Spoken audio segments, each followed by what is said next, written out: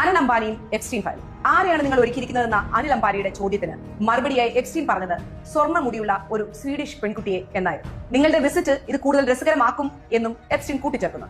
ഇതിന് അനിൽ അംബാനി നൽകിയ മറുപടി അത് ഏർപ്പാടാക്കൂ എന്നായിരുന്നു. എപ്സ്റ്റീനും അനിൽ അംബാനിയും തമ്മിലുള്ള സന്ദേശങ്ങൾ പരിശോധിച്ചാൽ ഒരു കാര്യം വ്യക്തമാണ്. അനിൽ അംബാനിക്ക് ഈ എപ്സ്റ്റീൻ എന്ന് പറയുന്ന വ്യക്തി ഒരു കുടുംബത്തെ പോലെയായിരുന്നു. സ്ത്രീകൾക്കിടയിലുള്ള തന്റെ താല്പര്യത്തെക്കുറിച്ച് പോലും അംബാനി ഈ മനുഷ്യക്കടത്തുകാരനുമായി അതുപോലെ തന്നെ ബാലപീഡകനുമായി ചർച്ച ചെയ്തിരുന്നു. നമ്മൾ എന്തിന് ഇത് സംസാരിക്കണം എന്നുള്ള കാര്യത്തിലേക്ക് 2015 അനിൽ അംബാനിയുടെ റിലയൻസ് ഡിഫൻസ് ആൻഡ് കോർപ്പറേഷൻ രൂപീകരിച്ചു. അതിനുശേഷം ഏതാനും ദിവസങ്ങൾക്കുള്ളിൽ തന്നെ നമ്മുടെ കേന്ദ്രം ഫ്രാൻസിൽ നിന്ന് 36 റഫാൽ വിമാനങ്ങൾ വാങ്ങാൻ തീരുമാനിച്ചപ്പോൾ അതിന്റെ കരാർ അനിൽ അംബാനിയുടെ കമ്പനിക്കാണ് ലഭിച്ചത്. ഇവിടെ വിവാദമായി വരുന്നത് പ്രതിരോധ രംഗത്ത് യാതൊരു മുൻപരിചയവുമില്ലാത്ത റിലയൻസിന് പൊതുമേഖലാ സ്ഥാപനമായ HAL ഒഴിവാക്കിയാണ് ഈ കരാർ നൽകിയെന്നുള്ളതാണ്. എന്നാൽ ഇതിന് നൽകിയ കേന്ദ്ര വിശദീകരണം എന്ന് പറയുന്നത് റിലയൻസിന് ഇതിനകം തന്നെ അന്താരാഷ്ട്ര പ്രതിരോധ പങ്കാളികൾ ഉണ്ട് എന്നതായിരുന്നു. അപ്പോൾ ആരാണ് പങ്കാളി? അത് ഇസ്രയേലാണ്. 2017 അനിൽ അംബാനി എപ്സ്റ്റീന് ആദ്യമായി ഒരു ഇമെയിൽ അയക്കുന്നത്. ട്രംപിന്റെ ഫോൺ കോളിന് ശേഷം മോദി നേരത്തെ സന്ദർശിക്കണമോ എന്ന് സർക്കാർ ആലോചിക്കുന്നു എന്ന തലക്കെട്ടോട് കൂടിയുള്ള ലേഖനമായിരുന്നു അത്. ഇതിന് മറുപടിയായി എപ്സ്റ്റീൻ പറയുന്നത് ഇന്ത്യ ഇസ്രയേൽക്ക് ഇമെയിലിന് വേണ്ടിയുള്ളതല്ല എന്നാണ്. അതായത് ഇമെയിൽ വഴി ഇതിനെക്കുറിച്ച് സംസാരിക്കാൻ കഴിയില്ല എന്നാണ്. ഒരിക്കൽ അനിൽ അംബാനി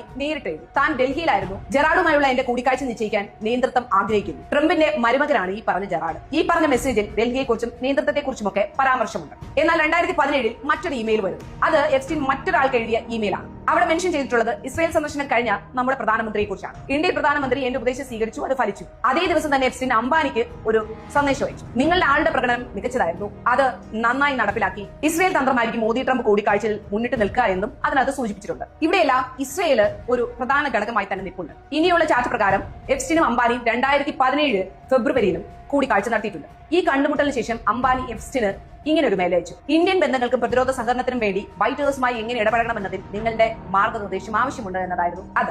അതിന് മറുപടിയായി പകരം എന്ത് നൽകാൻ നിങ്ങൾ തയ്യാറാണ് എന്ന് എപ്സ്റ്റീൻ ചോദിക്കുന്നുണ്ട്. തിരിച്ച് അംബാനിയുടെ മറുപടി ഇങ്ങനെയായിരുന്നു: ഇന്ത്യൻ വിപണികൾ എന്താണോ ഫലിക്കുക അത് നൽകാം. ഇവിടെയാണ് താൻ ഇതെല്ലാം ചെയ്യുന്നത് നേതൃത്വത്തിന് വേണ്ടിയാണ് എന്ന് അംബാനി പറയുന്നത്. 2019 മെയ് 24 അനിൽ അംബാനി ജെഫ്രി എപ്സ്റ്റീനെ അയാളുടെ മാഡിസണിലുള്ള വീട്ടിൽ വെച്ച് നേരിട്ട് കണ്ടിട്ടുണ്ട്. ഇതിന് തൊട്ടു പിന്നാലെയാണ് എപ്സ്റ്റീൻ ട്രംപിന്റെ അടുത്ത സഹായിയും വൈറ്റ് ഹൌസ് മുൻ ചീഫ് സ്ട്രാറ്റജിസ്റ്റുമായ സ്ലീവ് ബാനസിന് ഒരു സന്ദേശം അയച്ചു. ബാനനോട് എപ്സ്റ്റീൻ പറഞ്ഞത് വളരെ താല്പര്യമുണർത്തുന്ന മോദി മീറ്റിംഗ് എന്നായിരുന്നു. കൂടാതെ അനിൽ അംബാനിയെ മോദി സ്കൈ എന്നും എപ്സ്റ്റീൻ വിശേഷിപ്പിച്ചിട്ടുണ്ട്. അതേ ദിവസം തന്നെ നമ്മുടെ പ്രധാനമന്ത്രി സ്ലീവ് ബാനനെ കാണണമെന്ന് നിർദ്ദേശിച്ചുകൊണ്ട് എപ്സ്റ്റീൻ അംബാനിക്ക് സന്ദേശം അയച്ചിട്ടുണ്ട്.